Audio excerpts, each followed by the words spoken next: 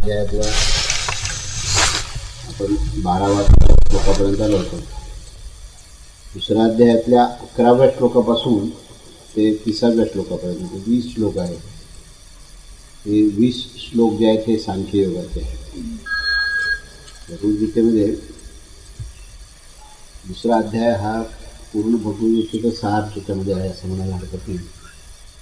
आणि संबंध जो ज्ञानाचा जो भाग आहे आणि ज्ञानाच्या अधिष्ठानावर जे आचरण करायचं आहे तर ते ज्ञानाधिष्ठित आचरण हा भगवद्गीतेचा मुख्य गाभा आहे. आणि त्या आचरणातच भक्ती आहे आणि त्या ज्ञानातच आत्मतत्वाची सगळी रहस्याची गोष्ट जी आहे ती भगवंताने अर्जुनाला सांगितली. तेव्हा पूर्ण भगवद्गीता जर काय असेल तर ज्ञानाच्या अधिष्ठानावर असलेलं आचरण आणि आचरणामध्ये दिसणारी भगवत भक्ती हा तो पूर्ण विषय आहे. आणि त्या पूर्ण विषयाचा जर पाया काय असेल किंवा त्याचं सूत्र जर काय असेल तर ते दुसऱ्या अध्यायात दिलं. म्हणून दुसरा अध्याय जो आहे ना हा भगवद्गीता परिपूर्णपणे त्याला आपण उपक्रम पण म्हणतो की एखादा ग्रंथ एखादा विषय जेव्हा प्रवचनकार सांगतात किंवा एखादा ग्रंथ जेव्हा लिखाण केलं जातं तेव्हा त्या ग्रंथामध्ये काय दिलेलं आहे ते सारांशाने पूर्ण सूत्रबद्धपणे पहिल्यांदा सांगावं लागतं आणि मग विस्तार असतो. तर सारांश आणि सूत्रबद्धता हे तुम्हाला दुसऱ्या अध्यायात मिळेल. दुसऱ्या अध्यायामध्ये ज्ञान आहे. ज्ञानाला सांख्ययोग असं म्हणतात. सांख्ययोग म्हणजे ज्ञानयोग. आणि त्या ज्ञानयोगाच्या अधिष्ठानावर पुढे कर्मयोगाचा जे काही विस्तार आहे तो त्याच्यानंतर पुढे सांगितलं. तर त्यानुसार आपण 11व्या श्लोकापासून ते 30व्या श्लोकपर्यंत हा सांख्ययोग सांगितला आहे. तर तो आपण थोडासा परत एकदा पुनरावृत्ती 11वा 12वा श्लोक आपण घेऊन मग पुढे जाऊ. तर त्याची जी पार्श्वभूमी आहे ती आपण पाहिली की अर्जुनाला धर्म आणि अधर्म काय आहे ह्याच्याबद्दल संभ्रम निर्माण झालेला आहे. की योग्य कल्याणकारी मार्ग काय आहे, कल्याण कशामध्ये आहे ह्याच्याबद्दल तो भ्रमिष्ट झालेला आहे. आणि त्याला स्वतःचं हा जो भ्रम आहे तो भ्रम निर्माण झाला आहे ह्याची त्याला जाणीव झालेली आहे. म्हणून त्यांनी भगवंताला प्रार्थना केली की धर्म काय आणि अधर्म काय या दोघांमध्ये मी अतिशय भ्रमिष्ट झालेलो आहे आणि माझा कल्याणकारी मार्ग काय, माझ्या जीवनामध्ये कल्याण कशामध्ये काय आहे हे मला तू सांग. आणि मी तुला शरण आलो आहे आणि मला तू शिष्य म्हणून स्वीकार. आणि दोघांचं नातं भावाचं असतं. ते मामे भाऊ आहेत. त्यामुळे तो स्नेह थोडासा बाजूला ठेवून मी शिष्याची भूमिका माझी आहे आणि तू गुरुची भूमिका घेऊन मला माझा कल्याणाचा मार्ग सांग असं 7व्या श्लोकामध्ये त्यांनी सांगितलं. आणि त्याच्यानंतर मग 11व्या श्लोकापासून भगवंतांनी त्याच्या ह्या सगळ्या प्रश्नाचं उत्तर द्यायला सुरुवात केली. आणि तीच भगवद्गीता आहे. म्हणून भगवद्गीतेचं जे बीज आहे ना, बीज कशामध्ये आहे, भगवद्गीता चा अभ्यास करण्याकरता अधिकारी कोण आहे तर तो 7व्या श्लोकात सांगतो. दुसऱ्या अध्यायाच्या 7व्या श्लोकामध्ये भगवद्गीतेचा अभ्यास करणारा अधिकारी कोण आहे त्याचं उत्तर आहे. कोण अधिकारी आहे, जो भगवंताला शरण जातो तो अधिकारी. कोण अधिकारी आहे, ज्याला आपल्यामध्ये अज्ञान आहे याची जाणीव होते तो भगवद्गीताचा अभ्यास करण्याकरता निश्चितपणे अधिकारी. कोण अधिकारी आहे, ज्याला असं फार तळमळीनं वाटतं की माझ्या जीवनाचं कल्याण व्हावं. म्हणजे 7व्या श्लोकामध्ये अधिकार कोणाला प्राप्त झालेला आहे याची 3 लक्षणं सांगितली. ते 3 लक्षणं आपल्यामध्ये आहेत की नाही आपण तपासायचं आणि मग ठरवायचं आपण भगवद्गीतेचे अभ्यासाचे अधिकारी आहोत की नाही. 3 लक्षण परत मी पुनरावृत्ती करतो. पहिलं जे लक्षण आहे ते लक्षण म्हणजे शरण. पण त्याच्याशिवाय भगवद्गीता समजणार. भगवंताला पूर्ण शरण जो गेलेला आहे त्याचे तर्कवितर्क सगळे बाजूला झाले आणि त्याला असं निश्चितपणे असं जाणीव झालेली आहे की माझं हे कल्याण करायचं आहे. माझ्यामध्ये अज्ञान आहे आणि हे अज्ञान मला दूर करायचं. धर्म काय आणि अधर्म काय याच्याबद्दल मी पूर्णपणे मला भ्रम निर्माण झालेला आहे आणि माझा कल्याण हे फक्त भगवंतच करू शकतात. म्हणून भगवंताच्या समोर पूर्ण शरणभाव जर झाला असेल तर तुम्ही समजून घ्या की तुम्ही भगवद्गीतेच्या अभ्यासाचे अधिकारी आहे. आणि या तिन्ही लक्षणापैकी एक जरी लक्षण कमी असेल म्हणजे खूप तर्क विद्वान आहे आणि शरणभाव नाही आहे तर भगवद्गीता समजू शकत नाही. त्याच्यानंतर भगवद्गीता कशाकरता समजून घेतो म्हणून मला काहीतरी पुष्कळ व्यवसाय व्हावा, खूप पैसा मिळावा, म्हणजे कल्याणाचा मार्ग नको आहे मला फक्त माझे भोग प्राप्ती करायची आहे, मला संग्रह करायचा आहे. घरात भगवद्गीता जर ठेवली तर भरपूर पैसा येईल. बिलकुल भगवद्गीता समजणार नाही. भगवद्गीता समजायचं असेल तर जीवाचं कल्याण मला करायचं आहे अशी भूमिका जर असेल तर भगवद्गीता समजा, नाही तर मग शब्दाचे अर्थ पाठ होते, पाठांतर होऊ शकेल, कल्याण होणार नाही. कल्याण केव्हा होईल माहिती आहे का? जेव्हा कल्याण प्राप्त करण्याची तीव्र इच्छा झाली आणि आता आपलं कल्याण होत नाही तेव्हाच ती इच्छा निर्माण होते. ज्याला असं वाटलं की आता आपल्याकडे खूप धान्य आहे, पैसा आहे, मोठी प्रसिद्धी आहे, आता आपल्याला काही गरज नाही कशाची, असं जर वाटत असेल ना तर कल्याणाचा मार्ग मिळण्याची शक्यताच नाही. कल्याणाचा मार्ग त्यालाच प्राप्त होण्याची इच्छा होते ज्याला आता आपल्या ह्या स्थितीमध्ये आपलं कल्याण होत नाही अशी जाणीव होते. म्हणून अर्जुनाची ही सगळी स्थिती आहे बरं का. हे सगळे अर्जुनाने ह्या श्लोकामध्ये असं स्पष्ट सांगितलं, काय सांगितलं की मला भगवंताला शरण जायचं आहे आणि ह्या शरण भावनेमधून मला जे आहे ते पूर्णपणे माझ्या जीवनाच्या कल्याणाचा मार्ग मला प्राप्त करायचा आहे. तर ही तीव्र जाणीव झाल्याशिवाय भगवंत जे आहे ते सांगितलं. कारण आधी भगवंताचे 2 श्लोक आहेत, पण त्या 2 श्लोकात काय सांगितलं? एवढंच सांगितलं की तू युद्ध करायला लाग, तू अशा भलत्या वेळेस हे असं काय तुझे विचार आले. पण तेवढ्या त्याच्या विधानाने काही परिणाम झाला नाही. तेवढ्या विधानाने काय झालं, पुन्हा त्यांनी अजून पांडित्याचे 4 गोष्टी सांगितल्या. पण जेव्हा भगवंत त्याच्याकडे पाहून फक्त हसले ना तेव्हा त्याच्या लक्षात आलं की ह्या पांडित्याच्या गोष्टी आपण खोलपणे म्हणतो, ह्याच्यामध्ये काही ह्या बोलण्यामध्ये काही अर्थ नाही आहे. हे त्याला जेव्हा जाणवलं तेव्हाच त्याची ही स्थिती झाली आणि ही स्थिती झाली तेव्हाच भगवद्गीता सुरू झाली.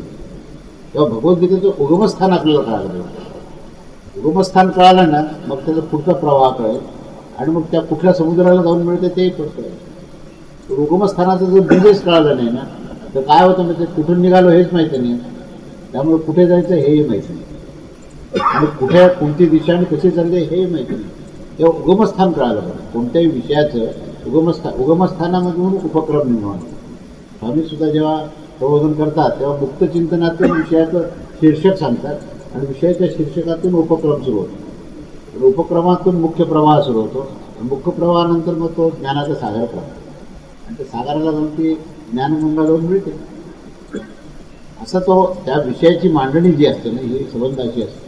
म्हणून भगवद्गीतेची जी मांडणी आहे ना ह्या मांडणीमध्ये 2रा अध्याय हा उपक्रम आहे आणि 2ऱ्या अध्यायातच बीज आहे. भगवद्गीतेचं बीज हे 2ऱ्या अध्यायातच.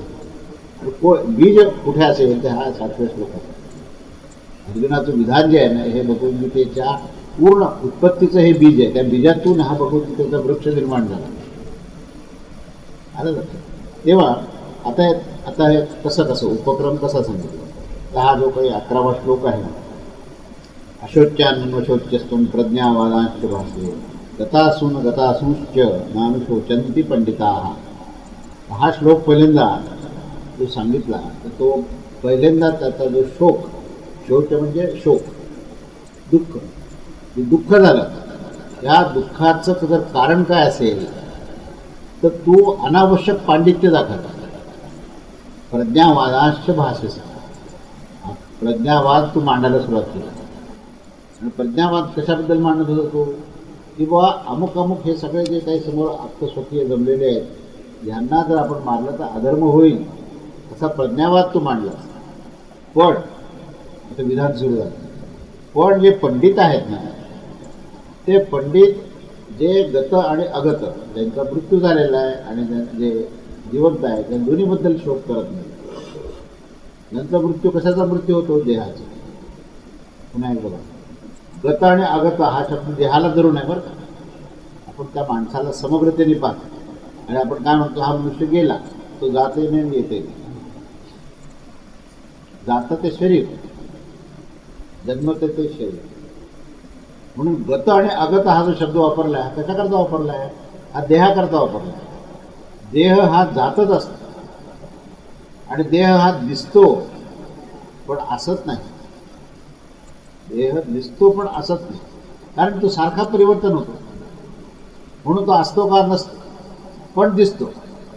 आणि दिसतो म्हणून फसतो नाही का, दिसतो म्हणून प्रलोभन होतं. जे दिसतं त्याला सत्य मानलं ते माणसामध्ये प्रलोभन निर्माण होतं आणि मग त्याचे सुखदुःख त्याला प्राप्त होतात. पण पंडित लोक जे आहेत, हे पंडित लोक काय करतात की जे दिसतं ना त्याच्यामध्ये काय आहे हे पाहतात आणि म्हणून त्याला सुखदुःख होत नाही. हा बरं, पंडितांना सुखदुःख का होत नाही आणि साधारण माणसाला सुखदुःख का होतं? जन्मला की फार आनंदाचा उत्सव, पेढे वाटतं, आणि मृत्यू झाला की शोककळ असेल. असं का होतं? जर आपण प्रश्न जर आपण निर्माण केला तर त्याचं उत्तर असं आहे की तो जो जाणारा आहे ना, तो त्याला असं वाटतं की तो मनुष्यच गेला, त्याचं जे अस्तित्वच संपलं. हे त्याचं अज्ञान आहे. ह्या अज्ञानातून ते दुःख आहे. दुःखाची निर्मिती नेहमी अज्ञानातून होते. दुःखाची निर्मिती कशातून होते? अज्ञान, भ्रम. कशाचा भ्रम झाला की हा मनुष्य जन्मला म्हणजे आत्म्याचा जन्म झाला असं त्याला वाटतं, आणि याचा मृत्यू झाला म्हणजे आत्म्याचा मृत्यू झाला. आत्मा म्हणजे अस्तित्व. आत्मा या शब्दाला आपण अजून एक शब्द लावू आपण, अस्तित्व. एखाद्या व्यक्तीच्या निमित्ताने दिसणारं जे अस्तित्व आहे ना, ते अस्तित्व निर्माण झालं आणि अस्तित्व संपलं. अस्तित्व निर्माण झाल्यावर सुख आहे, अस्तित्व संपल्यानंतर दुःख आहे. प्रश्न असा आहे की अस्तित्व खरंच निर्माण होतं का आणि अस्तित्व खरंच नष्ट होतं का, हा प्रश्न आहे. पंडित लोक त्याचं उत्तर देतात की अस्तित्व हे कधीही निर्माण होत नाही आणि अस्तित्व कधीही नष्ट होत नाही. अस्तित्व अखंड आहे. अस्तित्व म्हणजे आत्मतत्व. आता आपण थोडासा आपला साधारणतः व्यवहारातला विचार करू की जे बाल्यावस्था आहे ना, त्याचीच तरुणावस्था आहे, त्याचीच वृद्धावस्था आहे, आणि त्याचाच जो आहे देहपरिवर्तन, देहत्याग आहे. त्याची केलेला देहाचा त्याग आहे, पण तो आहेच. त्याने शरीर धारण केलं, शरीर धारण करण्यापूर्वी तो आहेच. शरीर धारण केल्यानंतर स्थित्यंतर कशात झाले? देहात झाले, पण तो आहेच. तिचा अस्तित्व जो आहे ना आणि जो दिसतो. आता परत पुन्हा मी तो मुद्दा म्हणतो, असणं आणि दिसणं त्याच्यातला फरक जाणून घ्या. आणि तो एकदा फरक कळला ना, भगवद्गीतेचा गाभाच तुम्हाला मिळतो. एक असणं आहे आणि एक दिसणं आहे. दिसतं ते दृश्य, असतो तो भगवंत. तुम्ही जे दिसतं की नाही त्यात काय आहे ह्याचा जर शोध घेतला तर तुम्हाला परमेश्वर प्राप्त होतो. अगदी सोपी युक्ती आहे. सूर्याचं प्रतिबिंब पडलं पाण्यामध्ये, तर का बरं पडलं प्रतिबिंब? कारण सूर्य आहे म्हणून पडलं ना. आणि तुम्हाला काय दिसलं? तुम्हाला प्रतिबिंब दिसलं. आणि नंतर काय झालं? पाणी वाहून गेलं. मग प्रतिबिंब दिसेनासं झालं. सूर्य आहे का नाही? सूर्य आहे. प्रतिबिंब नाही. काय दिसलं? प्रतिबिंब दिसलं. काय होतं? सूर्य होतं. एका उदाहरणावरून. मग आहे ते आहेच, आणि दिसतं ते भासतं. दिसतं ते काय? भासतं. त्याचा भास होतो ते दिसतं, आणि जे असतं ते दिसत नाही. ते अदृश्य. जे दिसत नाही त्याला आपण काय म्हणतो? अदृश्य म्हणतो. आम्हाला दिसत नाही होत, पण तो आहे. आणि आम्हाला जे दिसतं ते काय? तो भास आहे. सिद्धांत जर काय ते मी सांगायला हळूहळू हे सिद्धांत आहे. त्या सिद्धांताकडे पुढे जायचं आपल्याला, पण ह्या श्लोकाच्या निमित्ताने सांगतो. अश्वश्चानन्वश्वश्च प्रज्ञावादाश्च गतासून अगतासून. जो इलेला आणि राहिलेला, काय जातं आणि काय नानुशुच्यंती पंडिता.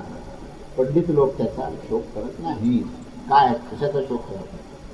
कशाचा शोक करत नाही हा विषय कळाला तर भगवंताची एंट्री मिळाली, तुम्हाला प्रवेश मिळाला. काय? पंडित लोक कशाचा शोक करत नाही आणि अर्जुनाने कशाचा शोक केला, आणि अर्जुन प्रज्ञावाद मांडायला लागला.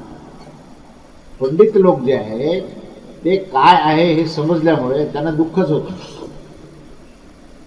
बाकीच्या लोकांना दुःख काय होतं, काय दिसतं त्याला सत्य मानतात म्हणून दुःख.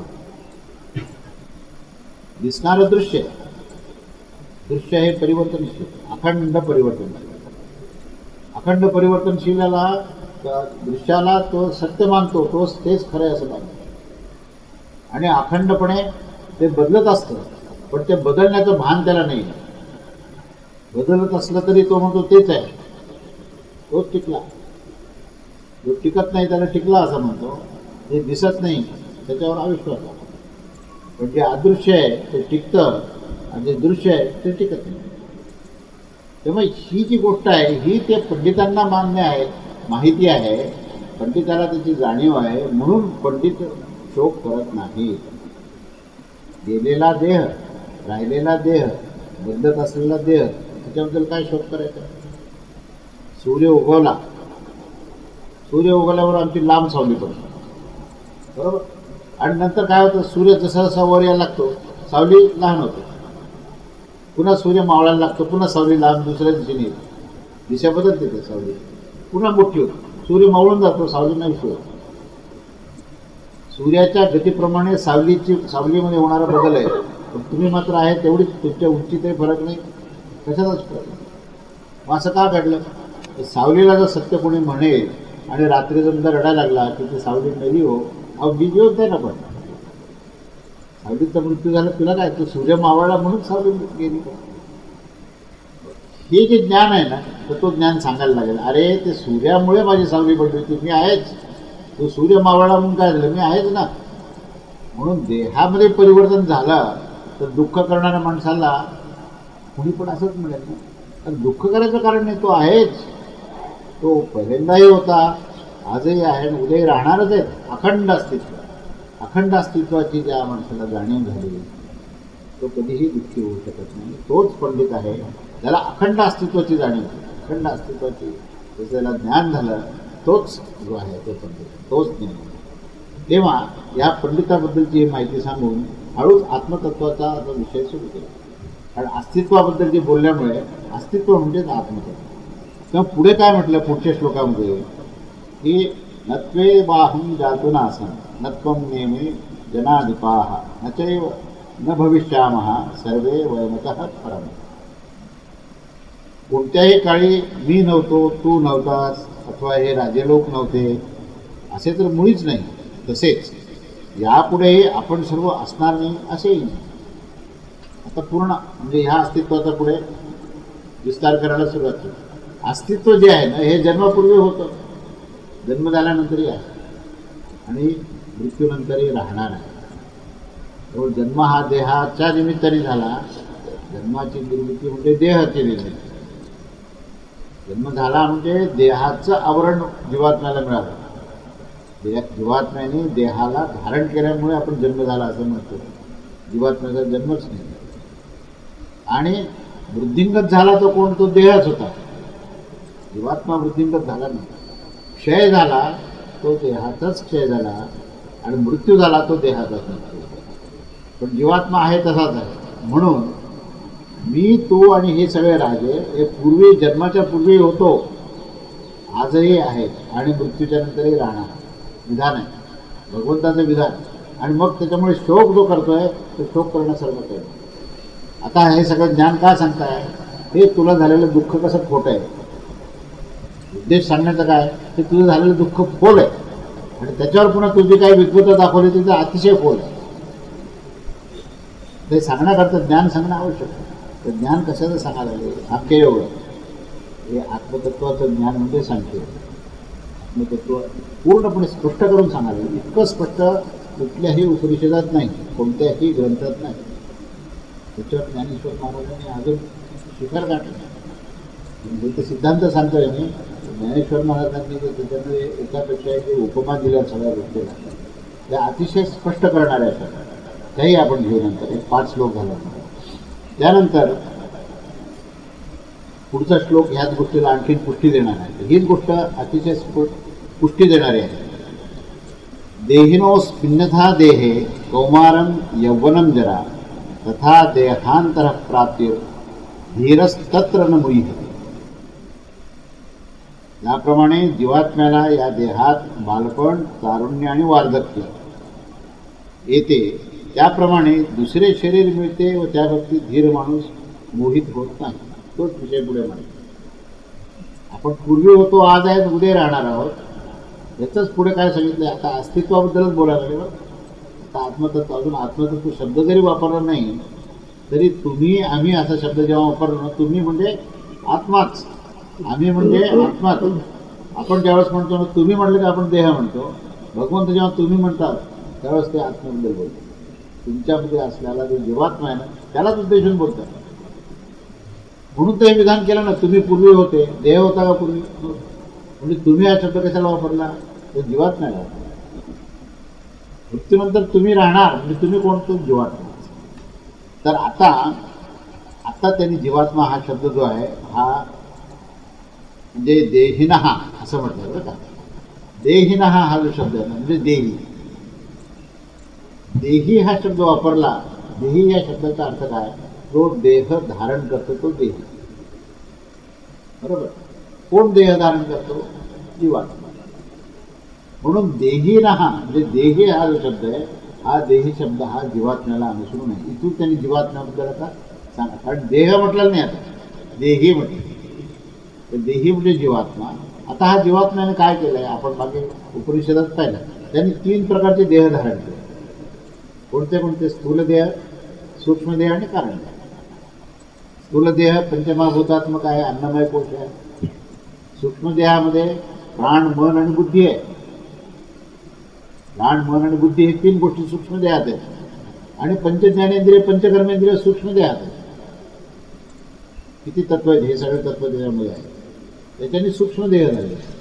आणि कारण देहामध्ये काय? सगळ्या वासने, सगळ्या इच्छेचा समुच्चय. जेवढा म्हणून इच्छा आहेत त्याचं जे समुच्चय आहे ना, तो कारण देह. अशा प्रकारे स्थूल देह पंचमहाभूतात्मक, कारण सूक्ष्म देह जो आहे तो त्रिगुणात्मक प्रकृती आहे. ही पंचमहाभूतात्मक प्रकृती स्थूल देहाची आहे. सूक्ष्म देहाची ते सत्व, रज आणि तमोगुण सूक्ष्म देहात आहे. त्या सूक्ष्म देहामध्ये पंचज्ञानेंद्रिय, पंचकर्मेंद्रिय, मनबुद्धी, चित्त, अहंकार आणि प्राणतत्व अशाने तो सूक्ष्म देह बनलेला आहे. आणि कारण देह जो आहे तो सगळ्या इच्छेने, अनंत इच्छा, अनंत जन्म मृत्यूपासून जे काही त्याच्या इच्छा होत्या त्या सगळ्या बीजस्वरूपामध्ये समुच्चित झालेल्या आहेत. तो कारण देह आहे. अशा या 3 देहाला धारण करणारा जो धर्ता आहे ना, तो जीवात्मा. आणि तो जीवात्मा काय करतो? तर तो स्थूल देहाचा त्याग करतो. जेव्हा त्याचा मृत्यू होतो तेव्हा काय करतो? स्थूल देहाचा त्याग करतो. पण सूक्ष्म देह राहतो, जीवात्म्याबरोबर जातो. कारण देह जातो. म्हणून तर त्याचं जाणं येणं आहे.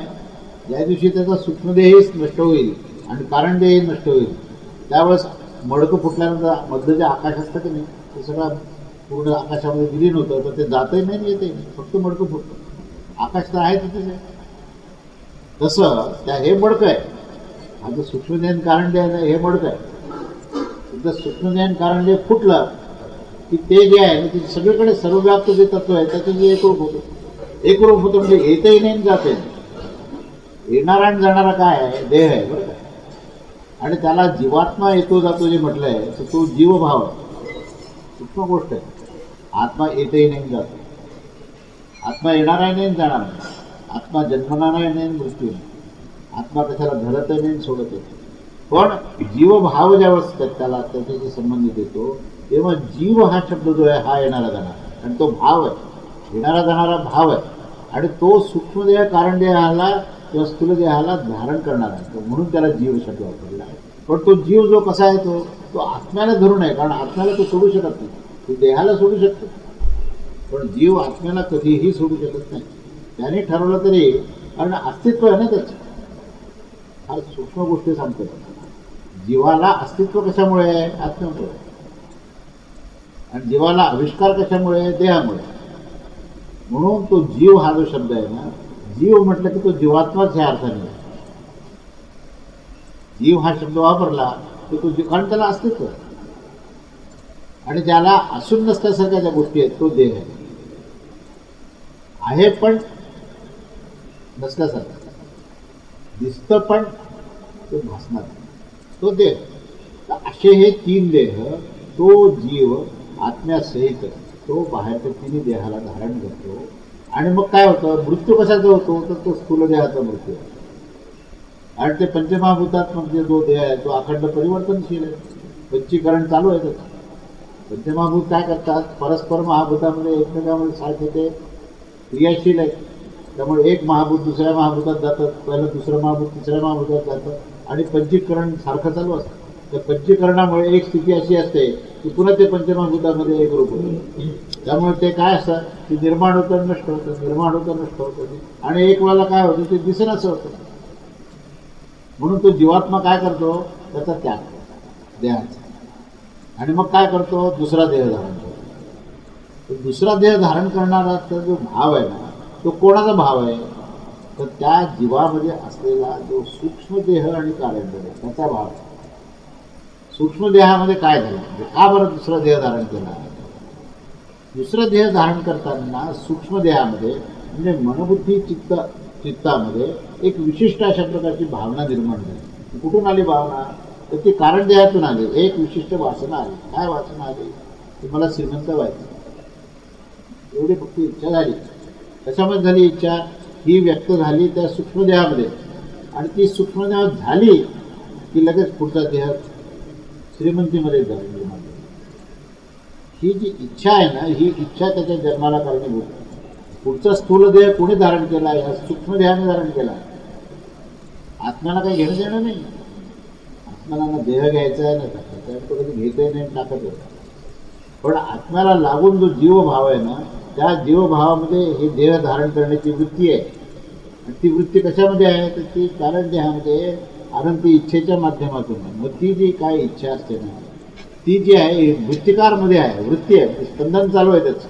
पण हे स्पंदन जेव्हा प्रवृत्तीमध्ये येतं ना, ही वृत्ती कशामध्ये येते, प्रवृत्तीमध्ये अभिव्यक्त होते. ही वृत्ती प्रवृत्तीमध्ये अभिव्यक्त कशामध्ये, सूक्ष्म देहामध्ये. मन बुद्धी हे अभिव्यक्त करण्याकरता. आता अभिव्यक्त करण्याकरता पूर्ण अभिव्यक्ती केव्हा होईल, अभिव्यक्तीचा आविष्कार आहे. पहिल्यांदा वृत्ती आहे, वृत्तीतून प्रवृत्ती आहे, आणि प्रवृत्तीमधून अभिव्यक्ती आहे, अभिव्यक्तीतून आविष्कार आहे. टप्पे बघा. आणि ही अभिव्यक्ती आहे ना, म्हणजे मला श्रीमंत व्हायचं, मला श्रीमंत व्हायचं, मला श्रीमंत व्हायचं, ही झाली त्याची प्रवृत्ती. चित्तावर सारखे प्रहार चालू आहे, तुम्हाला श्रीमंत व्हायचं. भगवंत म्हणतो ठीक आहे, श्रीमंत हो. भगवंतांनी प्रत्येक जीवात्म्याची इच्छा पूर्ण करण्याचा अगदी पण घेतो. तुला हे व्हायचं आहे ना, काय श्रीमंत व्हायचं आहे ना, मग लगेच त्या गर्भामध्ये प्रवेश केला की जे घराणा श्रीमंत, आणि त्याचा जन्म घेतला, आणि मग देह प्राप्त झाला श्रीमंतीने. भगवंत जो असतो ना, तथाच तो म्हणत असतो, मग चांगली इच्छा करा, तुम्हाला मुक्त व्हायचं आहे, मला तुझ्या वैकुंठात यायचं, अशी इच्छा धारण करा ना. मला श्रीमंत व्हायचं म्हणणं, तर तिथे भोग भोगा. लक्षात घ्या, सूक्ष्म गोष्ट आहे, विषय मोठा सूक्ष्म आहे. आणि भगवद्गीतेचे आता बघा, हा दुसरा श्लोक आहे, 13वा श्लोक. 13व्या श्लोकात काय सांगितलं, ती सूक्ष्म गोष्ट आहे. ही ह्या सूक्ष्म देहामध्ये जी प्रवृत्ती आली ना, त्याच्याप्रमाणे देह प्राप्त झाला. जीवात्म्याने सूक्ष्म देहाच्या प्रवृत्तीतून स्थूल देह प्राप्त केला. तो टिकवला काही दिवस, त्याची इच्छा जशी काही त्याच्यामध्ये झाली, त्याप्रमाणे ती इच्छा अर्धी पूर्ण जी काही झाली, पुन्हा तो देह स्थूल देह त्याग केला. पुन्हा ती इच्छा सूक्ष्म रूपामध्ये पुन्हा कारण देहात आली. पुन्हा त्याची काहीतरी 10-15 पट त्याची इच्छा वाढली, पुन्हा एक प्रवृत्ती निर्माण झाली, पुन्हा जन्म झाला, पुन्हा एक देह झाला. अशा प्रकारे जशी इच्छा, पशुची इच्छा केली, पशुतुल्य विचार केले, पशु होऊन जाईल. मनुष्य जन्माला आल्यानंतर सुद्धा पुढे नंतर पशुच्या जन्माला जायचं. चांगली इच्छा केली, चांगला जन्म होईल. वैकुंठामध्ये यायचं म्हणलं तर मुक्तीच म्हणून जाईल. केवढं माणसाला स्वातंत्र्य दिलंय मला सांगा. मनुष्याला इतकं स्वातंत्र्य कोणत्याही लोकांमध्ये नाही, कुठल्या देवालाही नाही स्वातंत्र्य. अहो, इंद्राची तर कथा इतकी गमतीदार सांगितली तुला. तिथे इंद्राला एका दिवशी इच्छा झाली म्हणे की बा हे जे आत्मतत्व काय भानगड आहे. आणि त्याच्यामुळे सुद्धा आता थोडासा विषयांतर करतो म्हणून ह्याला धरू नये जरा. त्याच्यामुळे सुद्धा काय झालं की इंद्राला एकदा हे 4 शरदकुमार जे आहेत ना, हे एकदा त्यांना दृष्टांत दिला की अरे तिथे काय हे भोगाचं जेवण चालू होतं. म्हणजे मग काय करायचं? आत्मज्ञान पाहिजे बाबा, आत्मज्ञानाशिवाय तरी काही त्याची तळमळ असते. त्यामुळे आत्मज्ञानात जर मिळालं तर काय होईल? त्यांनी सांगितलं की आत्मज्ञान मिळाल्यानंतर ते काही तुझे जे भोग भोगतो की नाही त्याच्यापेक्षा ही श्रेष्ठ गोष्ट, एवढं सांगून ते स्वप्नदृष्टांत निघून गेले. ह्याला काय वाटलं म्हणजे त्याचा अर्थ इंद्राने काय काढला की आत्मज्ञान प्राप्त केलं तर आपल्याला श्रेष्ठ भोग प्राप्त होतो. बरं का? इंद्राची जी जाणीव काय झाली की हे जे आत्ता मी जे भोग भोगतो की नाही ह्याच्यापेक्षा अतिशय श्रेष्ठ असे भोग आपल्याला प्राप्त होते. हेच पुन्हा ह्या ह्याने एका असुराच्या राजाला सुद्धा स्वप्न घेतलं. हे बघा, तुम्ही जर आत्मज्ञान प्राप्त केलं की नाही तुम्ही हे जे काही भोग भोगता की नाही त्याच्यापेक्षा श्रेष्ठ गोष्ट प्राप्त होईल. त्या असुराच्या राजालाही वाटलं की अरे आपण जर आत्मज्ञान जर प्राप्त केलं त्याच्यापेक्षा आपल्याला श्रेष्ठ भोग प्राप्त होतो. आता हे कुठून मिळायचं? मग त्यांनी ब्रह्मदेवाची तपश्चर्या सुरू केली आणि ब्रह्मदेवाची तपश्चर्या केल्यानंतर ते प्रसन्न झाले दोघांनी. ते म्हणाले काय कसं काय तुम्ही माझे कसं करता माझं एवढं स्मरण केलं काय? तर ते म्हणा आम्हाला आत्मज्ञान झालं. ब्रह्मदेवाला आश्चर्य वाटलं. आत्मज्ञान प्राप्त होण्याची इच्छा फक्त मनुष्याला होती, बाकी देवाला वगैरे देवाच्या राजाला होत हे कसं काय झालं? ते म्हणजे तुमची कशा काय कारण आहे तुम्हाला आत्मज्ञान कशा करता पाहिजे? हे आत्मज्ञान प्राप्त झाल्यानंतर आम्हाला श्रेष्ठ भोग प्राप्त होतो. इंद्राचं विधान बघा गंमत आहे. म्हणजे मी कशाकरता सांगतोय की केवळ मनुष्य लोकांमध्येच भगवंतांनी ही गोष्ट सांगितली. देवाच्या राजालाही माहिती नाही. हे रहस्य बघा. आपण जे माणसं जे आहोत ना मनुष्यच फक्त याचा विचार करून आपण मुक्त होऊ शकतो. इंद्राने सांगितलं की मला दिव्य भोग पाहिजेत आणि म्हणून मला आत्मज्ञान सांग. त्याचं उत्तर काय सांगितलं? ब्रह्मदेवाने दिलेलं उत्तर हे गमतीदार आहे. ब्रह्मदेवाने ओळखलं ही सगळी गंमत चालू आहे सगळं काय. त्यांनी काय सांगितलं की हे बघ बाबा आत्मज्ञान तुला मी सांगतो काय, पण आत्मज्ञान सांगताना तू लक्षपूर्वक आहे मी काय जे सांगितलं. त्यांनी काय सांगितलं की पुरुषाच्या नेत्रामध्ये आत्मतत्व असतं. विधान बघा, पुरुष म्हणजे जीवात्मा. जीवात्म्याने जो देह धारण केला आहे तो जो देह म्हणजे मनुष्याचा देह, ह्या मनुष्याच्या नेत्रामध्ये आत्मतत्व असतं. त्याच्या दृष्टीमध्ये त्याच्या नेत्राच्या अधिष्ठानात जो बसलेला आहे तो आत्मा असं त्यांनी सांगितलं. पण स्पष्ट करून नाही सांगितलं. त्याच्या नेत्रामध्ये नेत्रांतर्गत आत्मतत्व आहे. विधान करून ते म्हणाले हे तर सोपं झालं का? एवढी सोपी गोष्ट आहे आपल्याला याचा भोगाचा काय संबंध आहे? म्हणून त्याने त्या नेत्रामध्ये पाहतो म्हणून सांगितलं. आणि आपल्या नेत्रामध्ये आपण पाहू. आपण आपल्या नेत्रातून आपल्याला काय दिसतं? दृश्य दिसतं, जल दिसतं, दर्पण दिसतं. मग आपल्या नेत्राला आपण पाहायचं असेल तर कसं पाहायचं? तर म्हणून काही नाही आरशात जायचंच पाहायचं. आपले डोळे पाहायला काय अवघड गोष्ट आहे? म्हणून मग तो इंद्राने काय केलं ते आपल्या महालात गेला आणि त्याने आरशामध्ये डोळे पाहिले. डोळ्याला लक्ष देऊन पाहिलं. त्याला काही लक्षात नाही आलं काय आपल्याला मिळतं. पुन्हा गेला ब्रह्मदेवाकडे आणि म्हणाला की मी माझे आरसा पाहिला आणि आरशामध्ये माझे डोळे मी पाहिले, तर त्या डोळ्यात आत्मतत्व आहे का? त्याचं पुढचं उत्तर बघा. हा कथा खूप मोठी आहे. मी ह्याच फक्त श्लोकाच्या संदर्भात सांगतो. त्यांनी सांगितलं की अरे जे तुझ्या डोळ्याच्या अंतर्गत आहे ना तेच त्या दर्पणाच्या प्रतिबिंबात आहे. जे तुझ्या डोळ्याच्या अधिष्ठानामध्ये अंतर्गत जे तत्व आहे तेच तर तत्व त्या दर्पणाच्या प्रतिबिंबात आहे. त्यामुळे त्याला मी नाही म्हणू शकत नाही, पण आहे असंही नाही सांगितलं. म्हणजे इथे काय सांगितलं? ब्रह्मदेवाच्या विधानामध्ये दोन गोष्टी सांगितल्या की दृष्टा हा आत्मा आहे. दृश्य हे आत्मा नाही. पाहणारा जो साक्षीत्व जे आहे हा दृष्टा जो आहे की नाही हा दृष्टा ह्या डोळ्याच्या मागे आहे. म्हणून दृष्टी अंतर्गत म्हणून दृश्य म्हणजे नेत्रांतर्गत असा शब्द वापरला. नेत्र म्हणून शब्द नाही सांगितला. याने पाहायला कुठे? नेत्राला पाहिजे. आणि याने काय सांगितलं? नेत्रांतर्गत सांगितलं. नेत्रांतर्गत जो आत्मतत्व आहे त्याने दृश्याला पाहिलं आणि दृश्याच्या अंतर्गत काय आहे तोच आहे. पण दृश्याच्या अंतर्गत नाही पाहिलं तर दृश्याला पाहिलं. लक्षात घ्या. म्हणजे आता म्हणलं ना दिसणं आणि असणं याच्यातला जो फरक आहे ना तो फरक आहे हा. दिसणं आणि असणं आपण डोळ्याकडे पाहतो दुसऱ्याच्या आणि आपल्याला दिसतं त्याचे डोळे, पण काय असतं हे आपण पाहतो. म्हणून तर सगळी गडबड आहे. एका जीवात्म्याने दुसऱ्या जीवात्म्याला जर पाहिलं असतं ना तर सगळेच प्रश्न सुटले असतात. पण देहच देहाला पाहते ना, आणि देहच देहाला पाहिल्यामुळे आपोआप भाव निर्माण होतो. आणि मग आता प्रश्नचिन्ह हे त्याचं तसंच राहिला. तुम्हाला काही आत्मतत्व काही दिसलं नाही आणि मला भोग काही प्राप्त झाले. पुढे अजून त्यांचे संवाद पुष्कळ आहेत आणि शेवटी त्यांनी सांगितलं की अरे बाबा, तुला भूलोकात जाऊन मनुष्याचा जन्म घ्यावा लागेल. तुला हे काही सापडणारी गोष्ट नाही आहे बरं. कारण मी काय सांगतोय तुझी समजण्याची लायकीच नाही आहे. तू भोगाकरता तिथे इंद्राचं पद धारण केलेलं आहे. ते स्वातंत्र्य जे आहे हे केवळ मनुष्याला आहे. हे जे स्वातंत्र्य आहे मनुष्याला, म्हणून तुला मनुष्याचा जन्म घ्यावा लागेल. हे पुढे शेवटी छांदोग्योपनिषदातल्या 8व्या अध्यायामधल्या 7व्या खंडामध्ये एक कथा दिली होती. वाचण्यात सांगितलं. तसं ह्या ठिकाणी काय सांगितलं की देहाचं तुम्ही पुढचा जन्म जो आहे हा नवीन देह तुम्ही धारण करता. मागचा जन्म जसा ज्याप्रमाणे ह्या जन्मामध्ये चालू जन्मामध्ये बालपण, तरुणपण आणि वृद्ध अवस्था ही जशी देहाचे स्थित्यंतर तुम्ही ह्या जन्मात पाहता, त्याप्रमाणे सूक्ष्म देह जो आहे तो एका देहातून दुसऱ्या देहाचं स्थित्यंतर पाहतो. असं विधान आहे. विधान काय, याचा अर्थ काय आहे की एक देहाचा त्याग करून दुसरा देह धारण करतो. एक अवस्थाचा त्याग करून दुसरी अवस्था धारण करतो. एक देहाचं त्याग करून दुसरा देह धारण करतो. प्रक्रिया सारखी चालू आहे. फक्त फरक कुठे आहे माहिती आहे का?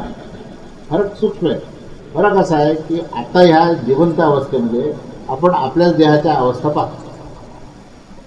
बालपण, तरुणपण, वृद्ध अवस्था. पण आपण हे नाही पाहत की ह्या देहाचा जन्म होण्याच्या आधी एक देह होता आणि हा देह संपल्यानंतर अजून एक देह मिळणार आहे. तेव्हा जशा या देहाच्या अवस्थाचे परिवर्तन झालं त्याप्रमाणे देहाचंही शेवटी त्याग करून नवीन देह आपण धारण करणार आहोत. तर हा जो काही जीवभाव आहे, ह्या जीवभावाचे हे लक्षण आहे. त्याच्यामुळे एक देह जाऊन दुसरा देह प्राप्त झाला त्याच्यात दुःख काय मानायचं? अवस्थेचा तुम्ही जर जेव्हा बदल होतो तेव्हा तुम्ही दुःख मानता का? मग अवस्थेमधल्या बदलाला जर दुःख मानत नाही तर देहाच्या बदलाला दुःख का मानता? असा हा प्रश्न आहे.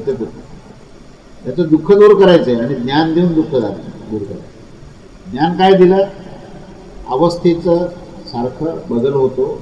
देहामध्ये सुद्धा एक देह त्यागून दुसरा देह प्राप्त होतो. तेव्हा ही दुःखाची गोष्ट असते.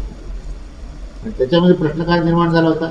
या लोकांना जर मी मारलं तर पाप मला लागेल आणि केवढी दुःखाची गोष्ट यांना मारणं म्हणजे. ते म्हणे ह्याच्यात कसं दुःख आलं? तुझं बालपण गेलं, तू तरुण झाला तर रडला का? तुझं तारुण्य संपलं आणि वृद्ध झाला, रडला का? एक देह त्यातून दुसरा देह जर धरला त्यात काय दुःख मानायचं? त्यात दुःख मानायचं कारण नाही. कारण हा देह जो आहे हा जाऊन दुसरा देह तुझ्या त्या सूक्ष्म देहामध्ये जी वृत्ती प्रवृत्ती आहे त्याप्रमाणे तू देह धारण करणारच, ते होणारच आहे, काही शंकाच नाही. त्यामुळे असा होणारा जो बदल आहे हा होणाऱ्या बदलावर दुःख करायचं कारण नाही हे लक्षात आहे. त्याच्यावरचं जे ध्रुवपद काय आहे त्याचं, तर ध्रुवपद असं आहे की हे सगळं जे आहे दुःख करायला योग्य नाही. अशोच्यानंद हा त्याच्यातला मुख्य ध्रुवपदाचा भाग जो आहे तो अशोच्यानंद. आणि मग पुढचा विस्तार काय आहे? विस्तार हा आहे की जन्मापूर्वी आपण होतो, आजही आहोत, जन्मानंतरही राहणार आहोत. आणि ह्या जन्मामध्ये जे स्थित्यंतर जे देहाचे चालू आहे ते स्थित्यंतर जसे ह्या स्थूल देहामध्ये आहे तसेच ह्या स्थूल देहाच्या नाशानंतर पुन्हा एकदा नवीन स्थूल देह मिळणार आहे. तेव्हा ह्या घटना ह्या प्रकृतीमध्ये होतच राहणार आहे. तर दुःख काय मानायचं हा त्याच्यातला खरा मुद्दा आहे. हे दुःख मानण्याचा विषय नाही. अशा प्रकारे हा 13वा श्लोक झाला. त्याच्यानंतर 14वा श्लोक जो आहे हा मात्रा स्पर्शास्तु कौंतेय शीतोष्ण सुखदुःखदाः हगमा पायिनो नित्यस्थितिक्षम अनित्याः ताने तितिक्षम भाव.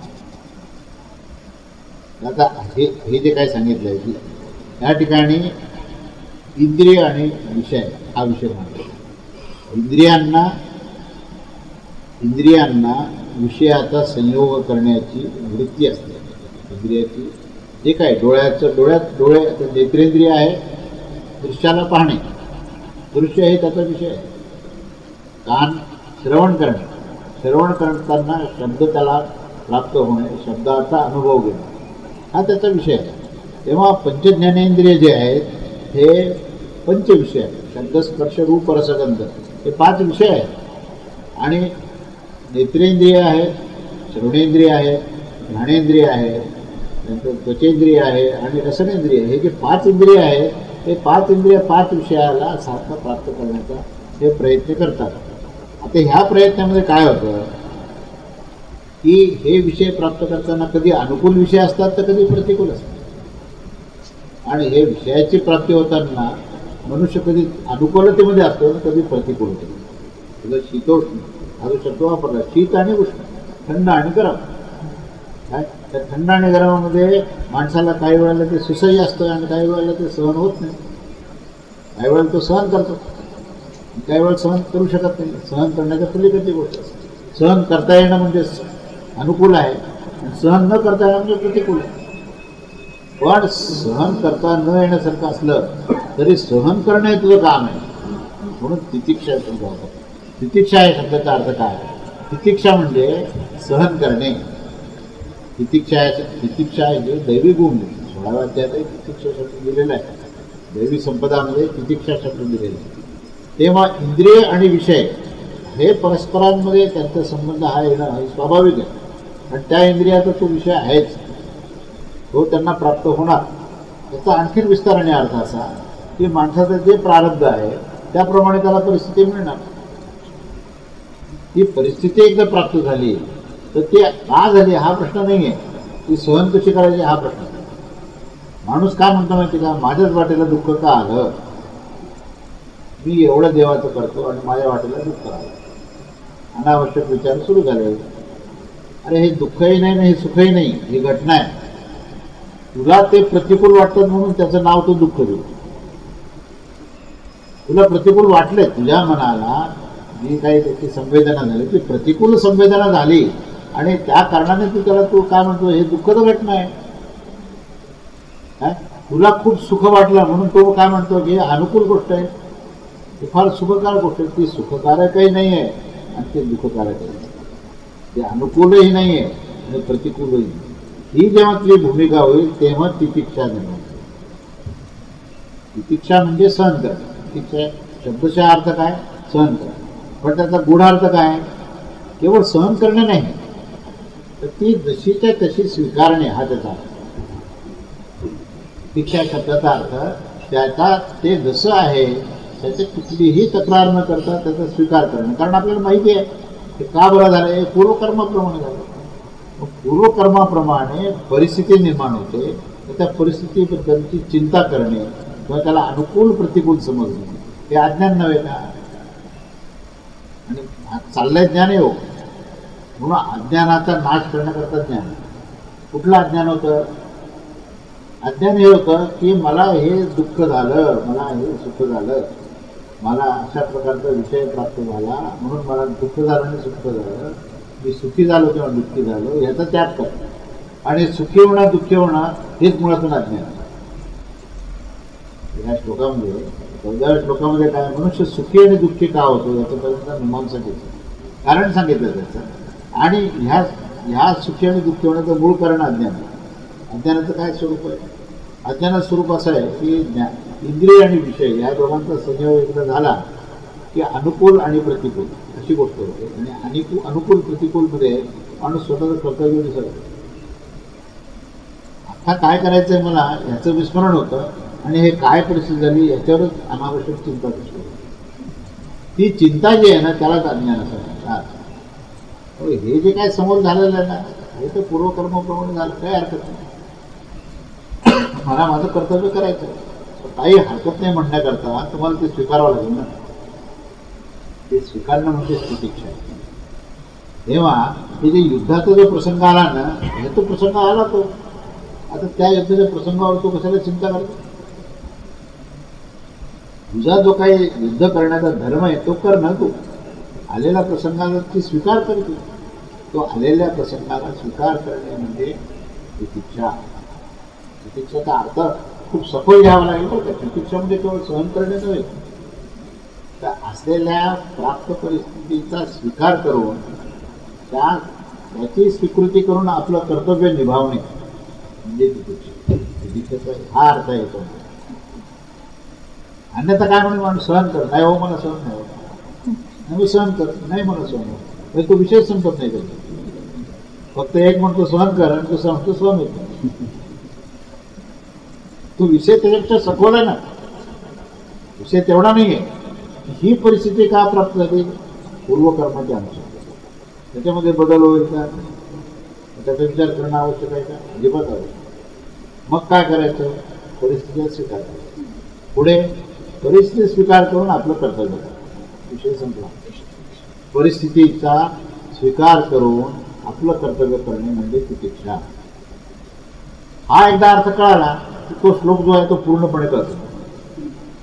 नाही तर काय म्हणतात भगवंत, काय काय सांगतात बाबा, तुम्हाला शीतोष्ण सगळी परिस्थिती मिळेल, ती सहन कर.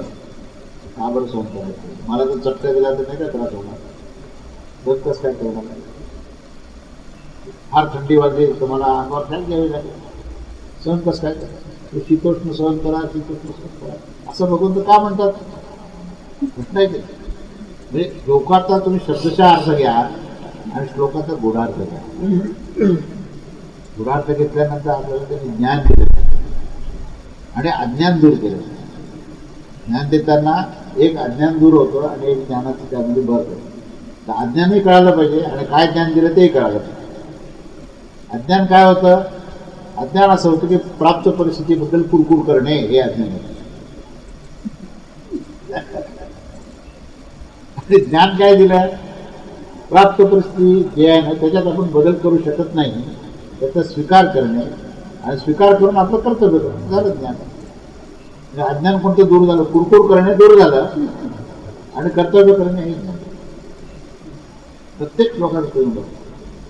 म्हणजे दोन भाग आहेत, एक अज्ञानाचा भाग आणि एक ज्ञानाचा. एक अज्ञान त्याने पूर्ण हुकून काढलं तर हे तुझं अज्ञान आहे आणि या अज्ञानाचा अशा प्रकारे त्याग करायचं ज्ञान. असं भगवंतांनी या 14व्या श्लोकात सांगितलं.